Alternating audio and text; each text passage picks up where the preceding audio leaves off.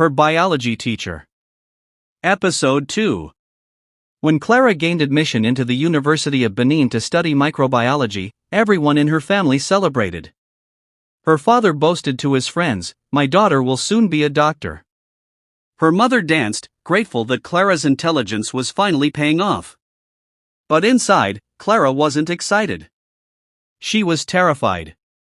The thought of sitting in lecture halls, being taught by men in authority again, churned her stomach. The ghost of Mr. Collins Adams, her secondary school biology teacher, lingered with her every step. Please like, comment, share and follow before we continue. On the surface, Clara was like every other fresh undergraduate, new hostel life, crowded lectures, and endless assignments. But she carried invisible wounds. Whenever a male lecturer called her to the front, her palms became sweaty. If one of them leaned too close while explaining something, her chest tightened. She avoided any form of mentorship, even when lecturers offered guidance. Her classmates noticed she was unusually quiet and always guarded. One of her roommates, Amaka, tried befriending her. "Clara, why are you always so uptight? University is for enjoying life." Clara would just smile faintly and pretend to be busy with her books. Before we continue, please like, comment, share and follow. In her second semester, a popular lecturer, Dr. Martins, took interest in her.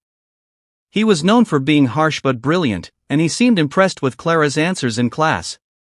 One day after a lecture, he called out, "Clara James, wait behind." The moment she heard those words, her heart sank. Memories of Mr. Collins rushed back. She stood frozen, clutching her books like a shield. Dr. Martins smiled. "You're one of my brightest students. I want you to help me with a research project." Clara nodded slowly, but inside, fear burned. The idea of being alone in an office with him triggered panic. That night, she cried silently in her bed, her roommate unaware of the storm raging within her. Please click on the follow before we continue. By her second year, Clara caught the attention of David, a tall, kind-hearted law student who admired her intelligence. He pursued her gently, always respectful, never pushy.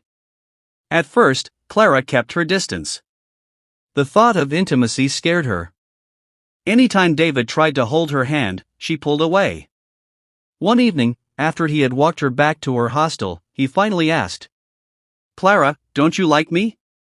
Or is it that you don't trust me?" She forced a smile, hiding her trembling hands. I'm just not ready."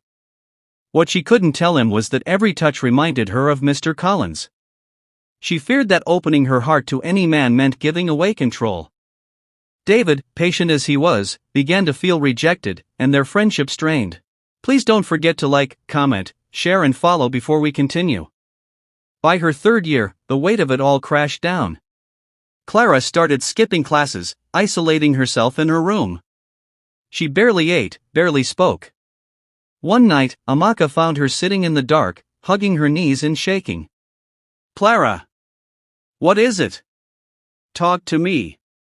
And for the first time, Clara broke. Through tears, she told Amaka everything, how her biology teacher had touched her, threatened her, silenced her, and how it had destroyed her sense of safety. Amaka held her tightly. "My God!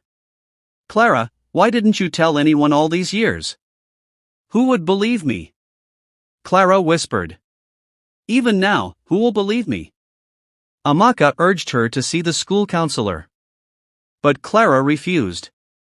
She feared it would become gossip, another story for people to twist. Please click on the follow button before we continue. Clara managed to graduate, but her years in university were a constant struggle. While others built networks, gained confidence, and looked forward to their careers, Clara walked with invisible chains. She never returned home for long holidays.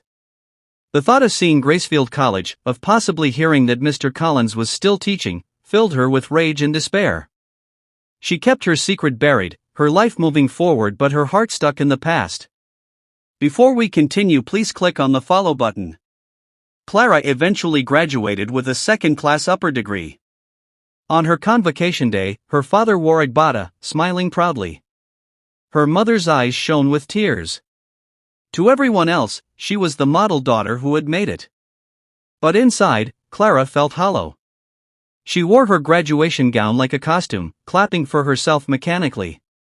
Because no matter how much she achieved, she knew the truth: her success was stained by a wound no certificate could erase. Backhand index pointing right. Clara's trauma from her biology teacher didn't just end in secondary school. It haunted her choices, her education, her friendships, even her capacity to love.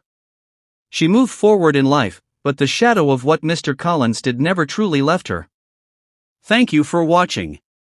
Please like, comment, share, and follow me for more stories on her biology teacher. Bye for now.